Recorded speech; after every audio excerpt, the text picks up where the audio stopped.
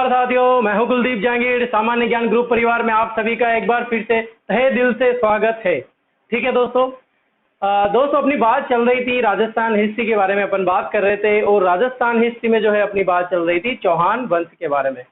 और चौहान वंश में जो है अपन पढ़ रहे थे पृथ्वीराज चौहान तृतीय को, जिसके बारे में मैंने आपको अथाह जानकारी, संपूर्ण जानकारी उपलब्ध करवाई है और बहुत ही आनंद के साथ अपन ने उसको पढ़ा है और जो है अपनी पूरी जानकारी इसमें समाप्त हो गई थी। और जो अंत में मैंने दोस्तों आपको बताया था कि कैसे गोविंदराज को जो है कुतुबुद्दीन ऐबक कहाँ भेज देता है, कहाँ का सूबेदार बना देता है दोस्तों, रणथंभौर का सूबेदार बना देता है, यानी कि रणथंभौर की जागीर प्रदान कर देता है। ठीक है दोस्तों, 1194 की बात होती है दोस्तों। ये कब की बात होती है? 1194 की बात होती है। और 1194 में जो अंतिम शासक बनता है कहाँ का? अजमेर के चौहान वंश का, वो बनता है हरिराज बनता है। कौन रहता है दोस्तों?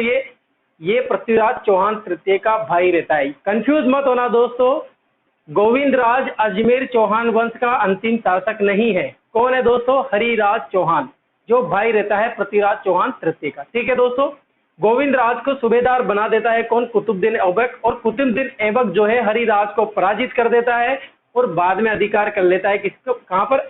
अजमेर पर। और किसकी? गुलाम वंश की स्थापना कर देता है कुतुबुद्दीन ऐबक। ठीक है दोस्तों, ये हुई थी कल की बात। आज दोस्तों शुरू करेंगे अपन किसको? रणथंभौर के चौहान वंश के बारे में। सिर्फ 2 दिन की क्लास रहेगी सिर्फ, जिसमें अपन रणथंभौर के, चाहता तो मैं 1 दिन में भी रणथंभौर खत्म कर देते। आधे घंटे की क्लास है। पढ़ना क्या रहता है? सिर्फ हमीर देव चौहान को। लेकिन आपको ये नहीं लगे कि सर डायरेक्ट हमीर देव चौहान कैसे आ गया, उसके पहले क्या हुआ था, तो अपन उनकी भी बात आज करने वाले हैं।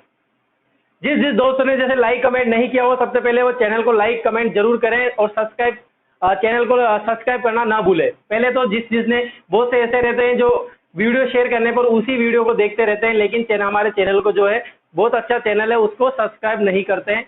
ऐसे सब्सक्राइब करें इस चैनल को, बेल आइकन को दबाएं ताकि आपके पास न्यू वीडियो आते रहें, नोटिफिकेशन आते रहें।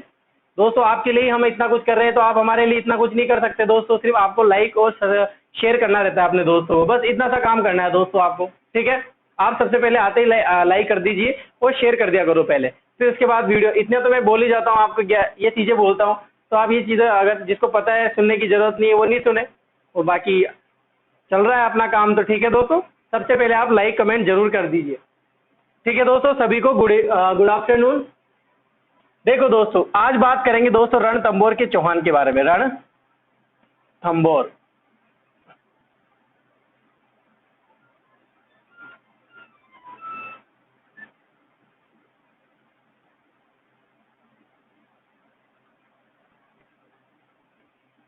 रणथंभौर के चौहानों के बारे में बात करेंगे। ठीक है दोस्तों, देखो इधर रणथंभौर के चौहान कब की बात रहती है दोस्तों? 1194। 1194 अपन एक सन की बात कर रहे हैं, 1194। और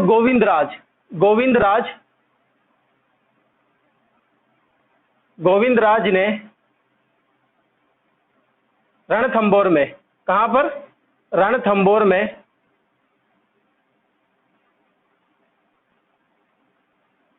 चौहान वंश की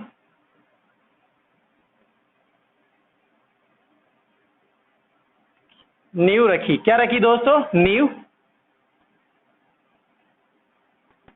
रखी। किसने रखी दोस्तों? गोविंदराज ने। गोविंदराज कौन है दोस्तों? बताने की जरूरत तो नहीं है ना।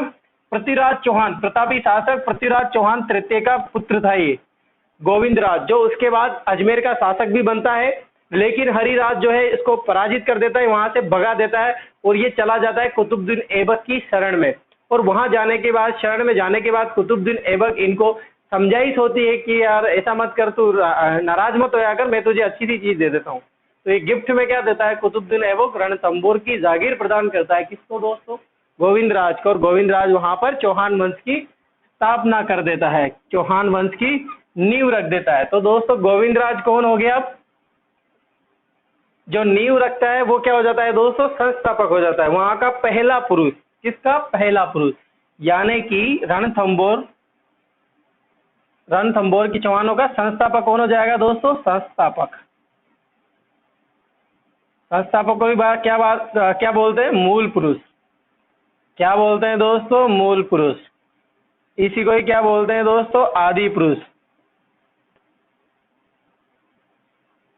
आप आदि पुरुष बोलो, मूल पुरुष बोलो, प्राचीन पुरुष बोलो, प्रथम पुरुष बोलो, संस्थापक बोलो, सभी एक ही वर्ड है।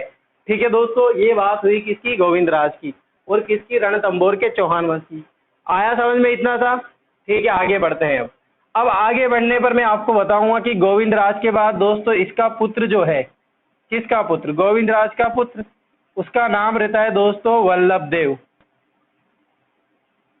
क्या नाम रहता है दोस्तों? वल्लभ देव शासक बना।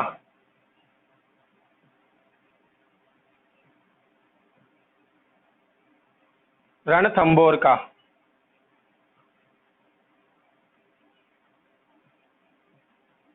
कौन शासक बना दोस्तों? वल्लभ देव। यहाँ पर ये शासक बनता है दोस्तों, इधर देखिए, अब इधर से इधर आ जाते हैं, यहाँ जगह कम है तो इधर आ जाते हैं। अपन बात कर रहे हैं सेकंड नंबर के शासक की। पहला नंबर का कौन शासक बना दोस्तों? गोविंदराज। इसके बाद शासक बनता है दोस्तों वल्लभ देव।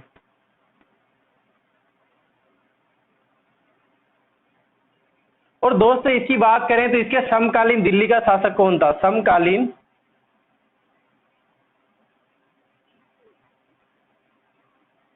दिल्ली का शासक कौन था दोस्तों? इल्तुतमिश।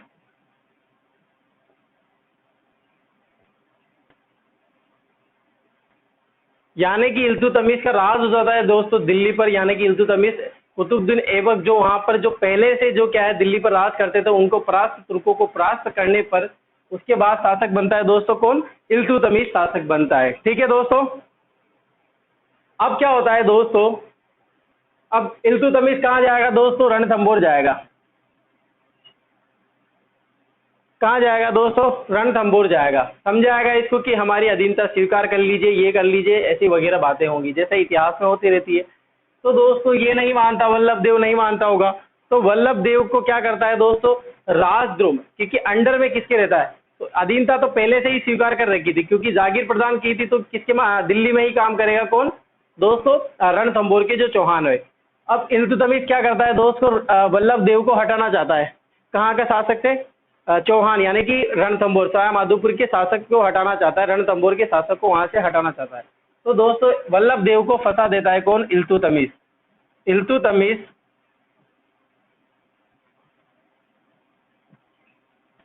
राजद्रोह के आरोप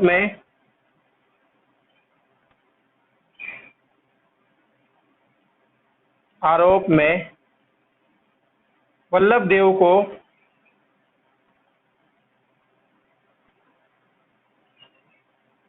पद से हटा देता है।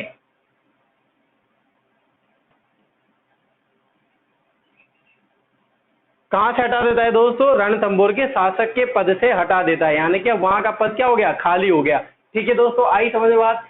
मैंने आपको क्वेश्चन बताया, यहाँ पर सबसे इंपॉर्टेंट क्वेश्चन तो ये बनेगा कि रणथंभौर के चौहान वंश का संस्थापक कौन है? तो क्या आंसर आएगा दोस्तों? गोविंदराज आएगा, ना कि हरिराज आएगा, ना पृथ्वीराज चौहान तृतीय आएगा। ये चौहान वंश की नींव रखता है, संस्थापक कहलाता है, यानी कि मूल पुरुष कहलाता है। इसका पुत्र होता है दोस्तों वल्लभ देव। इसके बाद शासक बनता है कहाँ का? रणथंभौर का। और वल्लभ देव के समकालीन जो दिल्ली का शासक रहता है वो रहता है इल्तुतमिश। इल्तुतमिश क्या करता है? इसको राजद्रोह के आरोप में पद से हटा देता है। ठीक है दोस्तों, अब लिख लो आप।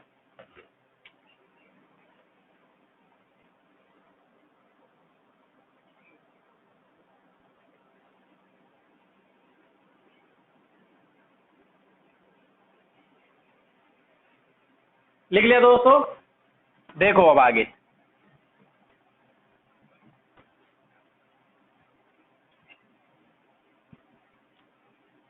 आ रहा है दोस्तों समझ में अच्छे से? कोई भी चीज डाउटफुल तो नहीं है ना आपके? कोई चीज अगर डाउट है, समझ में नहीं आ रहा है, तो आप कमेंट बॉक्स में लिख सकते हैं मुझे। मैं आपके कमेंट देखता हूँ, ऐसे मत समझना कि मैं आपके कमेंट नहीं देखता। सभी के कमेंट जो आप थैंक्स वगैरह लिखते हैं, तो अच्छा पढ़ाते हैं, नाइस वगैरह लिखते हैं, तो मैं उनको लाइक भी करता हूँ और थैंक्स भी बोलता हूँ आपको। ठीक है दोस्तों, मैं आपके कमेंट, सारे कमेंट पढ़ता हूँ, जो जो भी आप लिख रहे हो। अब देखो बात आ जाती है दोस्तों कब की? 1228 की। कब की बात आ जाती है दोस्तों? 1228 की। वीर नारायण के बाद, सॉरी, वल्लभ देव के बाद दोस्तों शासक बनता है कौन? प्रहलाद। कौन बनता है दोस्तों? प्रहलाद, जो इनका ही वंशज रहता है। इसके बाद दोस्तों इसका पुत्र शासक बनता है। किसका पुत्र? प्रहलाद का पुत्र। उसका नाम रहता है वीर नारायण।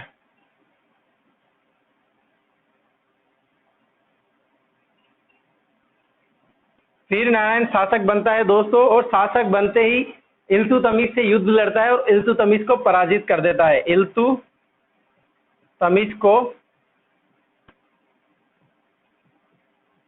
पराजित कर देता है, पराजित कर देता है। कौन पराजित कर देता है दोस्तों? वीर नारायण इसको पराजित कर देता है। अब क्या होता है, इल्तुतमिश की बेइज्जती हो गई है, तो कि दिल्ली का सल्तनत जो है वो इतना बड़ा शासक है और उसको कहाँ के शासक ने पराजित कर दिया? रणथंभौर के शासक ने पराजित कर दिया। तो ये क्या हो जाता है दोस्तों, गुस्सा हो जाता है, आग बबूला हो जाता है कि मुझे तो बदला लेना है, बदले की भावना आ गई। अब ये क्या करता है दोस्तों, एक चाल चलता है। क्या करता है दोस्तों? एक चाल चलता है। और क्या करता है ये वीर नारायण को, किसको दोस्तों? वीर नारायण को दिल्ली बुलाता है।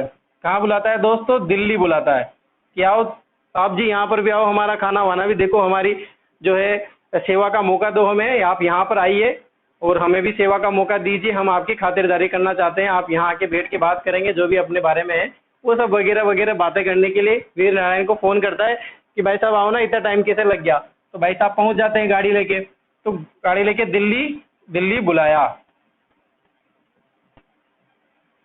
और इल्तुतमिश ने, किसने दोस्तों? इल्तुतमिश ने धोखे से, धोखे से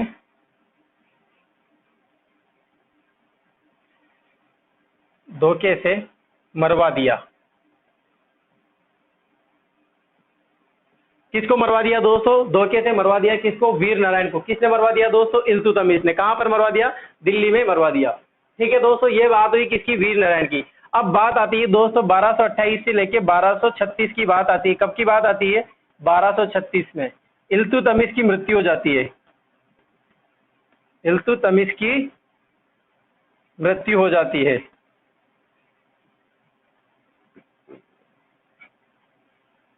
क्या होता है दोस्तों, वीर नारायण कहाँ का शासक रहता है? रणथंभौर का शासक रहता है। लेकिन इल्तुतमिश क्या होता है, इसको मरवा देता है। कहाँ पर? दिल्ली में अपने यहाँ बुलाता है और दिल्ली में धोखे से इसको मरवा देता है। और वहां पर शासक, अब वो किस में, जो वहां का जागीर किसको प्रदान करेगा दोस्तों? इल्तुतमिश प्रदान करेगा। इल्तुतमिश वहां का राजा बनाएगा किसी को, तो अधिकार किसका हो जाता है वहां पर? इल्तुतमिश का हो जाता है। अब इंतजार करते रहते हैं दोस्तों, वीर नारायण का पुत्र रहता है, वीर नारायण का पुत्र रहता है दोस्तों। इसके पुत्र का नाम क्या रहता है? बागभट्ट।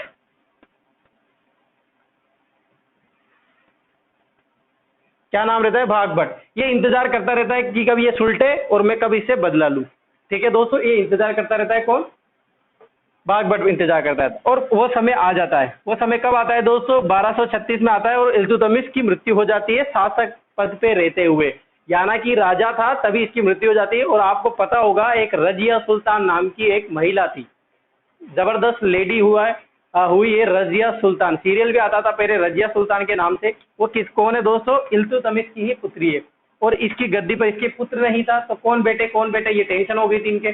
तो रजिया सुल्तान जो इसकी पुत्री रहती है वही दिल्ली की क्या बनती है? शासक बनती है। दिल्ली की गद्दी पर बैठने वाली प्रथम महिला कौन रहती है दोस्तों? रजिया सुल्तान। कौन, किसकी पुत्री रहती है दोस्तों? इल्तुतमिश की पुत्री रहती है। पहले आप इसको लिख लो, जो अभी बात करते हैं।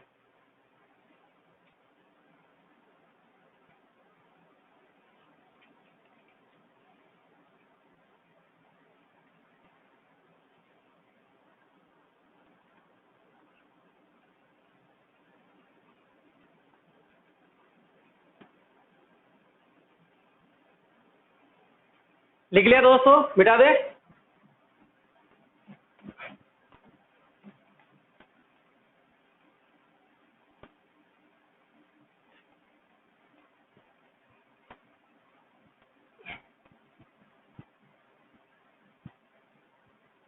देखो इधर बात कब की रहती है दोस्तों? 1236 की। शासक बनी दिल्ली की, शासक दिल्ली की गद्दी पर बैठी। कौन? रजिया सुल्तान। अब रजिया सुल्तान शासिका बन गई कहाँ की? संरक्षिका बन गई कहाँ की? दिल्ली की। रजिया सुल्तान की। और इधर जो है रणथंभौर का शासक कौन बनेगा दोस्तों? बागभट्ट। कौन बनेगा दोस्तों? वीर नारायण का पुत्र रहता है। कौन रहता है? वीर नारायण का पुत्र रहता है ये। अब ये क्या करेगा, रजिया सुल्तान से बात करेगा। रजिया सुल्तान जो है लेडी से दिल की अच्छी है, मान जाता है। कोई कहे कि यार मेरे साथ ऐसा हुआ है, धोखे से ऐसा कर दिया था आपके पिताजी ने, तो कम से कम मुझे तो दिल्ली की रणथंभौर की जो जाएगी वापस दे दीजिए, कम से कम मैं तो वहां का शासक बोलूं, ऐसी बातें करने लग जाता है। यानी कि दोस्तों बाघ जो है रजिया सुल्तान की विलासिता का लाभ उठा लेता है। रजिया सुल्तान की विलासिता विलासिता का लाभ उठाकर रणथंभौर का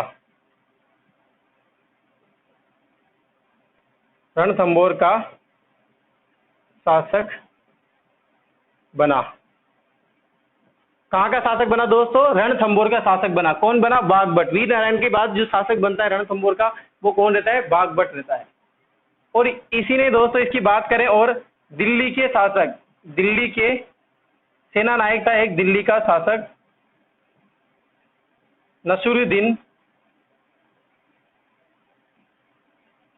मोहम्मद को पराजित किया।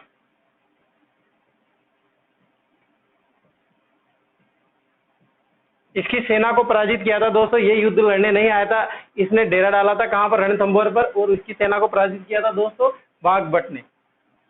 और बात करें दोस्तों बाघभट्ट के बारे में, तो एक ग्रंथ था दोस्तों तबकात। मैंने पहले भी बताया था आपको, तबकात ए नासिरी ग्रंथ में, कौन से ग्रंथ में दोस्तों? तबकात ए नासिरी। मैंने आपको पहले भी बताया था तबकात ए नासिरी के बारे में। कहां पर बताया था? पृथ्वीराज तृतीय के बारे में। जो उसकी पृथ्वीराज तृतीय की जो मृत्यु हुई थी, यानी कि वो वीर गति को प्राप्त हुए थे, तो अलग अलग ग्रंथों के अनुसार अलग अलग जगह पर बताए गए। इसके अनुसार दोस्तों मैंने आपको बताया था, वहां पर आप कमेंट बॉक्स में लिख के बताइए दोस्तों कि मैंने आपको वहां पर क्या बताया था। तबकात ए नासिरी के अनुसार दोस्तों पृथ्वीराज चौहान तृतीय की मृत्यु कहां पर हुई थी? आपके लिए एक क्वेश्चन है, आप जरूर कमेंट बॉक्स में लिख के बताइए, मैं आपको बताऊंगा कि कहां पर था। मैंने आपको बता भी दिया था। तो तबकात ए नासिरी ग्रंथ में दोस्तों बाघभट्ट को, किसको? बाघभट्ट को भारत का महान शासक बताया। भारत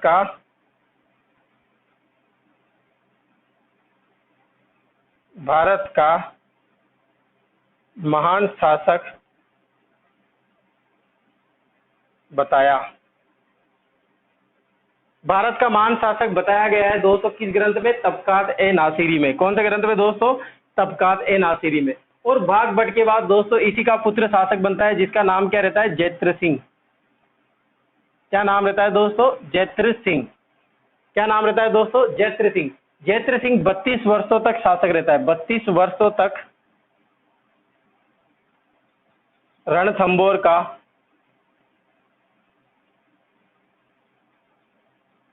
शासक रहा। कहां का शासक रहा दोस्तों? रणथंभौर का शासक रहा। कहां तक? 32 वर्षों तक। अलग दिख रहा है दोस्तों, अलग लिखा है मैंने। देखो मैंने बात की, एक बार फिर से देखेंगे। 1236 की बात होती है दोस्तों, इल्तुतमिश की क्या हो जाती है? मृत्यु हो जाती है, सुलझ जाता है इल्तुतमिश। और उसके बाद उसका पुत्र नहीं रहता, उसकी पुत्री रहती है रजिया सुल्तान, जो है कहाँ की शासिका बनती है? दिल्ली की शासिका बनती है, वहां पर गद्दी पे बैठ जाती है। और बाघभट्ट जो है वो वीर नारायण का पुत्र रहता है। अब ये समझता है कि यार कैसे कैसे शासक बने, रणथंभौर को तो लेना है, तो इसकी विलासिता का, भोलेपन का फायदा उठा लेता है दोस्त बाघभट्ट। और कहाँ का सुल्तान बन जाता है? कहाँ का शासक बन जाता है? रणथंभौर का शासक बन जाता है। और इसने दिल्ली के शासक या सेना नायक नसीरुद्दीन मोहम्मद को क्या है? पराजित किया था, उसकी सेना को इसने हराया था। और तबकात ए नासिरी एक ग्रंथ है दोस्तों, मुस्लिम ग्रंथ है दोस्तों। इसमें बाघभट्ट को क्या बताया गया है? भारत का महान शासक बताया गया है। ठीक है दोस्तों, लिख लीजिए इसको।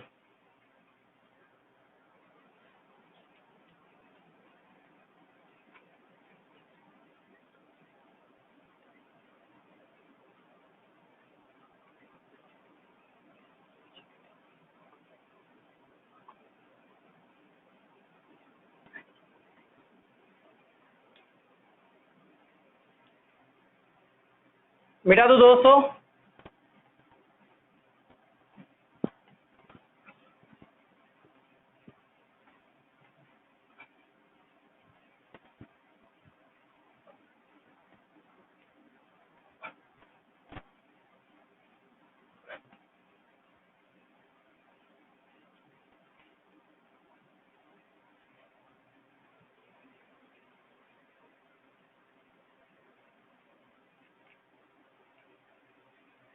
अब देखो दोस्तों,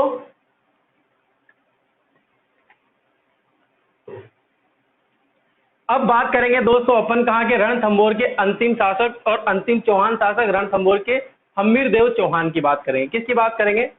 हम्मीरदेव चौहान। यानी कि आपके कंपटीशन में जो क्वेश्चन आएगा ना, हम्मीर देव चौहान, जितना बड़ा नाम लिखा है मैंने दोस्तों उतना ही महान शासक है ये। नाम भी बड़ा लिखना पड़ता है। महान शासकों को महान उपाधियां दी जाती है, महान सम्मान दिए जाते हैं। हम्मीरदेव चौहान कब शासक रहा था दोस्तों? ये 1282 से लेके 1301 तक। कहाँ का शासक बना दोस्तों? रणथंभौर का शासक बना।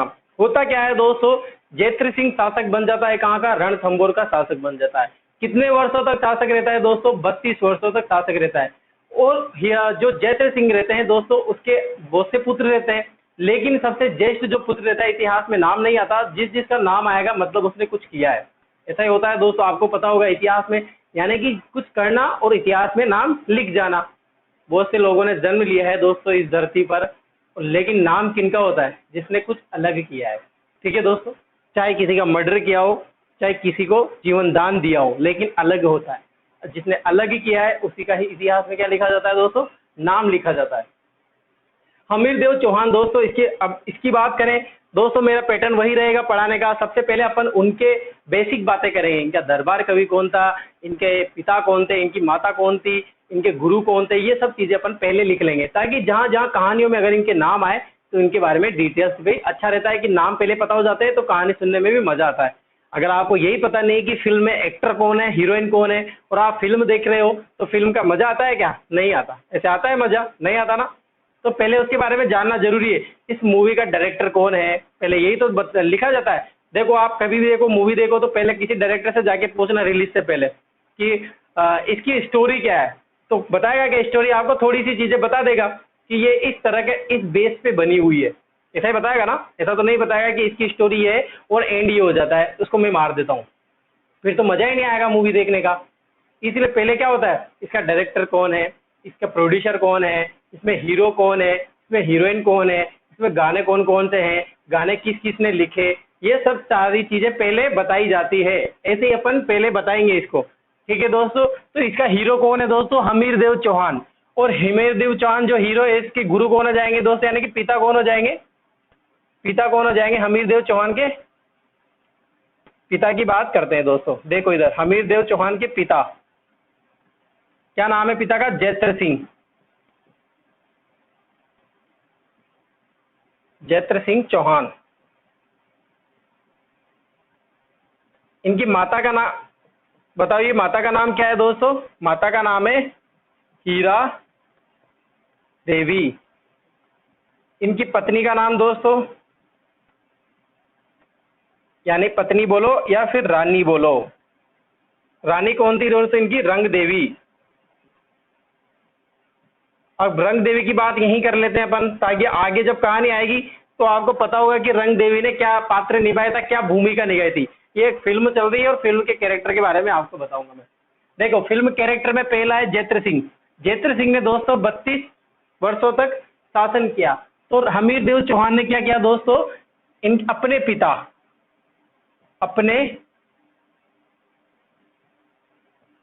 पिता के 32 वर्षों के शासन काल के उपलक्ष्य में 32 खंभों की छतरी बनवाई। क्या लिखा दोस्तों? मैंने आपको यहां पर लिखा है,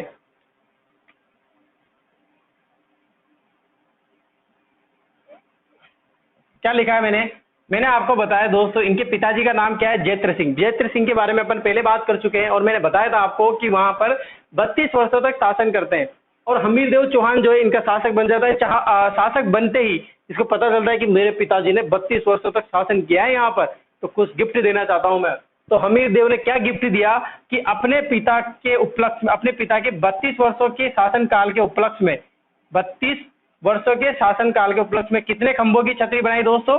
32 खंभों की छतरी बनवाई। मैं देख के आ गया हूँ, अभी भी वो छतरी वहां पर है, मैंने देखी है दोस्तों, मेरा फोटो भी है उसका।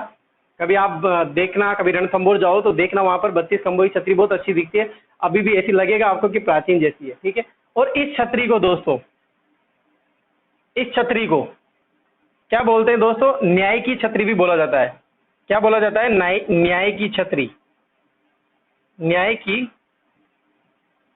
छतरी। 32 खंभों की जो छतरी है ना दोस्तों, उसको न्याय की छतरी भी बोला जाता है। इसलिए बोला जाता है कि जो भी डिसीजन लेने होते हैं चौहान, जो हमीर देव जो डिसीजन लेता है वो इसी छतरी पर बोला जाता है। जैसे किसी के साथ कुछ अन्याय हो रहा है तो हमीर देव चौहान जो है कहाँ पर आएंगे? छतरी पर आएंगे और वहां पर उसका न्याय करेंगे, यानी कि एक अदालत थी दोस्तों 32 खंभों की छतरी। ठीक है दोस्तों, न्याय की छतरी बोला जाता है। 32 खंभों की छतरी किसके उपलक्ष्य में? अपने पिता के 32 वर्षों के शासनकाल के उपलक्ष्य में। बात करते हैं दोस्तों अब माता की। माता का नाम क्या है दोस्तों? हीरा देवी। अब क्या होता है दोस्तों, जब अपन बात करेंगे दिल्ली प्लस रणथंभौर के चौहान के बारे में, यानी कि इन दोनों के मध्य लड़ाई की, आपको पता होगा जलालुद्दीन फिरोज खिलजी और अलाउद्दीन खिलजी, अलाउद्दीन खिलजी के शासन काल में, यानी कि 1301 में यहाँ पर रणथंभौर का भयानक युद्ध होता है। और उस युद्ध में दोस्तों वीर गति को प्राप्त हो जाते हैं कौन? हमीर देव चौहान। जो इनकी रानी रहती है वो भी जौहर कर लेती है, और इनकी जो पुत्री रहती है वो भी क्या कर लेती है दोस्तों? जौहर कर लेती है। तो इनकी पत्नी का नाम क्या है दोस्तों? अपन बात कर रहे हैं पत्नी की, सॉरी माता की नहीं कर रहे, पत्नी की। तो इनकी पत्नी क्या करती है दोस्तों? जौहर कर लेती है, और रणथंभौर के जो चौहान के शासक रहते हैं हमीर देव, वो केसरिया धारण कर लेते हैं। यानी कि पत्नी ने, रंग देवी ने, यहां लिख लेता हूं मैं, रंग देवी ने राजस्थान का प्रथम जौहर किया।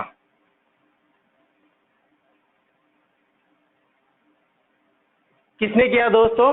राजस्थान का प्रथम जौहर किसने किया? रंग देवी ने किया। ठीक है दोस्तों, अब बात करते हैं दोस्तों इनकी पुत्री के नाम की। पुत्री, इतिहास में मैंने बताया ना, वही नाम आएंगे जिन्होंने कुछ किया है। पुत्री का नाम क्या था दोस्तों? बताइए मुझे जल्दी। देवल दे। क्या नाम है दोस्तों? देवल दे। देवल दे की भूमिका ये थी कि जब अलाउद्दीन खिलजी ने दुर्ग को जीत लिया था, तो होता यह है कि दोस्तों सभी वहां पर आक्रमण कर देते हैं और महिलाओं को उठा उठा कर ले जाते हैं। इसीलिए रानियां क्या होती है दोस्तों? जौहर कर लेती। प्राचीन प्रथा थी दोस्तों जौहर करने की, कि कहीं में हम दूसरी जगह ना चले जाएं या फिर हमारे साथ कोई अन्याय ना हो जाए, इसीलिए मर जाना अच्छा है इस जीने से। तो ठीक है दोस्तों, इसीलिए जौहर करती है दोस्तों कौन? इनकी पत्नी। जौहर क्या होता है दोस्तों? आपको पता होगा, जब अपन मेवाड़ में पढ़ा था या फिर अपन ने पहले पढ़ा था तो जौहर के बारे में बताया था दोस्तों। केसरिया धारण कर लेते हैं और ये सूचना पता लगती है दोस्तों पत्नी को, तो पत्नी क्या कर लेती है दोस्तों? जौहर कर लेती है। और दोस्तों इसकी पुत्री रहती है देवल दे। पत्नी देवल दे ने, देवल इधर लिखते हैं, इधर देखो, इनकी पुत्री रहती है, क्या नाम रहता है दोस्तों? देवल दे। ठीक है दोस्तों, देवल दे ने राजस्थान का एकमात्र, या फिर राजस्थान का एकमात्र प्रथम जल जौहर, कौन सा दोस्तों? जल जौहर किया। किसने किया दोस्तों? पुत्री देवल दे ने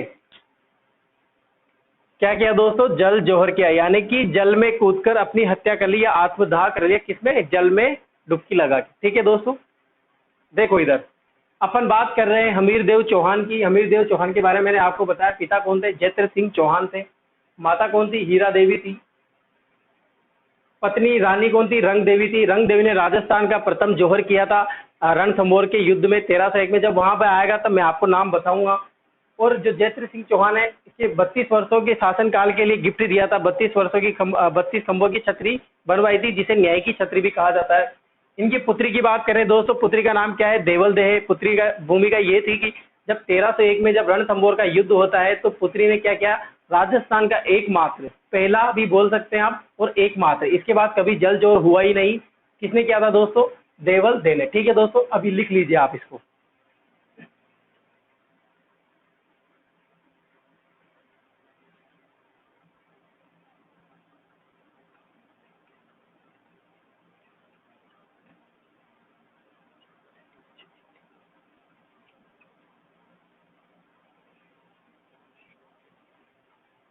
मिटा दो दोस्तों।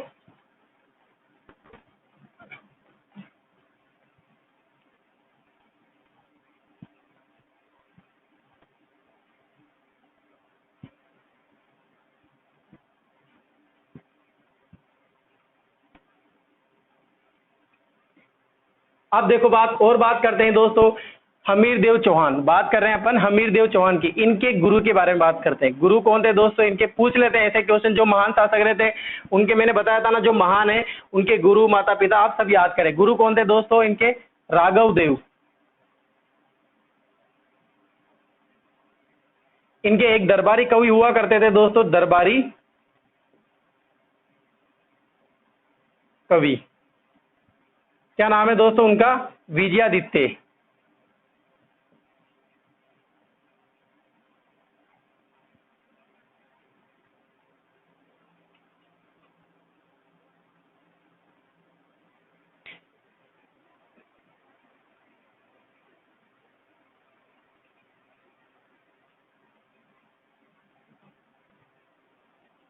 क्या नाम है दोस्तों, विजयादित्य। कौन था ये, दरबारी कवि। किसका दरबारी कवि, हमीर देव चौहान का। इनके गुरु का नाम है दोस्तों राघव देव, और इनके दरबारी कवि का नाम क्या है, विजयादित्य। और बात करें दोस्तों इनके बारे में, तो हमीर देव चौहान के सेनापति कौन दोस्तों, सेनापति। अब सेनापति में दोस्तों एक कंफ्यूज ये है कि इनके जब जलालुद्दीन खिलजी जो आक्रमण होता है जलालुद्दीन खिलजी का, उस टाइम सेनापति अलग होते हैं, और अलाउद्दीन खिलजी के टाइम सेनापति सेना नायक अलग होते हैं। तो दोस्तों इनके सेनापति दोस्तों एक तो धर्म सिंह थे। कौन थे, धर्म सिंह। एक इनके साथ है भीम सिंह, दो थे, ये साथ ही रहते थे। यानी कि जब झाइन का युद्ध होता है, झाइन के मैदान में जब युद्ध होता है, तब इनके सेनापति कौन रहते हैं दोस्तों, धर्म सिंह और भीम सिंह। मैं बताऊंगा आपको कहानी, आप अभी सिर्फ कैरेक्टर के नाम देखिए कि हाँ ये आप नाम दिमाग में डाल रहे हैं। जब कहानी आएगी, जब अपन उसके बारे में ज्यादा डिटेल से बात करेंगे। और सेना नायक के बारे में बात करेंगे दोस्तों। एक और सेना नायक, ये अलग है सेना नायक, और ये सेना नायक अलग है, जिनकी भूमिका इतिहास में रहेगी। इनके नाम है दोस्तों रणमल रतिपाल। ठीक है दोस्तों, ये चार मैंने सेनापतियों के नाम लिखे। अलाउद्दीन जब आक्रमण करता है, यानी कि रणथंभौर का जो युद्ध होता है 1301 में, तब रणमल रतिपाल जो है क्या होता है दोस्तों, बिक जाते हैं। किसके हाथों, अलाउद्दीन खिलजी के हाथों। इन्हीं का कारण, मेन कारण यही रहता है कि रणमल रतिपाल के कारण ही दोस्तों जो है हमीर देव चौहान की पराजित होती है, और हमीर देव चौहान जो है वीर गति को प्राप्त हो जाते हैं। ठीक है दोस्तों, और बात करें दोस्तों हमीर देव चौहान के, इन्होंने निर्माण करवाया था दोस्तों, इन्होंने निर्माण करवाया था दोस्तों केशव राय जी महादेव, केशव राय जी महादेव के मंदिर का निर्माण करवाया, के मंदिर का निर्माण। इसको क्वालजी भी बोला जाता है दोस्तों, क्वालजी। कहां पर है दोस्तों ये, लाखेरी इंद्रगढ़। कहां पर है दोस्तों, लाखेरी इंद्रगढ़ में क्वालजी महादेव का मंदिर है दोस्तों। बहुत ही अच्छा मंदिर है। इसका निर्माण किसने करवाया था दोस्तों, हमीर देव चौहान ने। ऐसा बताते हैं कि दोस्तों जो शिवलिंग बना हुआ है ना, वो इतना बड़ा है दोस्तों कि प्रथम शासक, यानी कि ऐसा बताते हैं कि मनोकामना कैसे पूर्ण होती है वहां पर, कि जो शिवलिंग बना है उसको अगर आप पूरे बात में भर लेते हो, बात का मतलब दोस्तों समझते हो ना, कि हाथों में धारण कर लेते हो, ऐसे पकड़ लेते हो, तो दोस्तों उसकी मनोकामना पूर्ण हो जाती है, ऐसा बताते हैं। तो हमीर देव चौहान ने ही, जो ऐसा बताते हैं कि हमीर देव चौहान ने उसको बात में भर लिया था दोस्तों, और निर्माण करवाते हैं दोस्तों क्वाल जी के मंदिर का। कहां पर है दोस्तों, इंद्रगढ़ लाखेरी में। इसके बाद दोस्तों ये निर्माण भी करवाते हैं जलकुंड का, जल कुंड का निर्माण भी करवाते हैं। पद्म कुछ नाम है दोस्तों उसका, बहुत कंफ्यूज है। जब स्टोरी आएगी तो मैं उसके बारे में बताऊंगा, अभी बता दूंगा तो आप कहेंगे कि वो पत्नी या पुत्री जो है वो उसके उपलक्ष्य में करवाते हैं। अभी सारी बातें पहले, अभी थोड़ा सा आपके लिए क्या होपलेस रखा करो, बताएंगे आगे बताएंगे। ठीक है दोस्तों, जल कुंड के बारे में अपन बात करेंगे, इसकी थोड़ी रोचक तथ्य की अपन बात करने वाले हैं। किसने कराया दोस्तों निर्माण की बात करें, केशव राय जी के मंदिर का निर्माण करवाया था, यानी कि इसको क्वाल जी भी बोला जाता है। बहुत बार पूछा गया दोस्तों क्वाल जी का मंदिर कहाँ स्थित है, और जलकुंड का निर्माण करवाया था दोस्तों। अब बात करें दोस्तों हमीर देव चौहान के बारे में, और हमीर देव चौहान को दोस्तों 16 युद्धों का विजेता बताया गया है। कितने युद्धों का दोस्तों? 16 युद्धों का विजेता।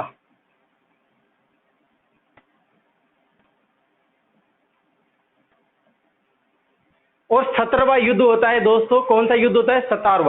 17वां युद्ध होता है दोस्तों रणथंभौर का युद्ध होता है, जिसमें ये पराजित हो जाता है और वीर गति को प्राप्त हो जाता है। एकमात्र युद्ध रहता है 17वां रणथंभौर का युद्ध, जिसमें ये पराजित होता है और मारा जाता है। और 16 युद्ध का विजेता किसे बोला गया है दोस्तों? हमीर देव चौहान को बताया गया है। ठीक है दोस्तों, ये बात हुई हमीर देव चौहान के। आज की क्लास में दोस्तों इतनी ही बात रखेंगे।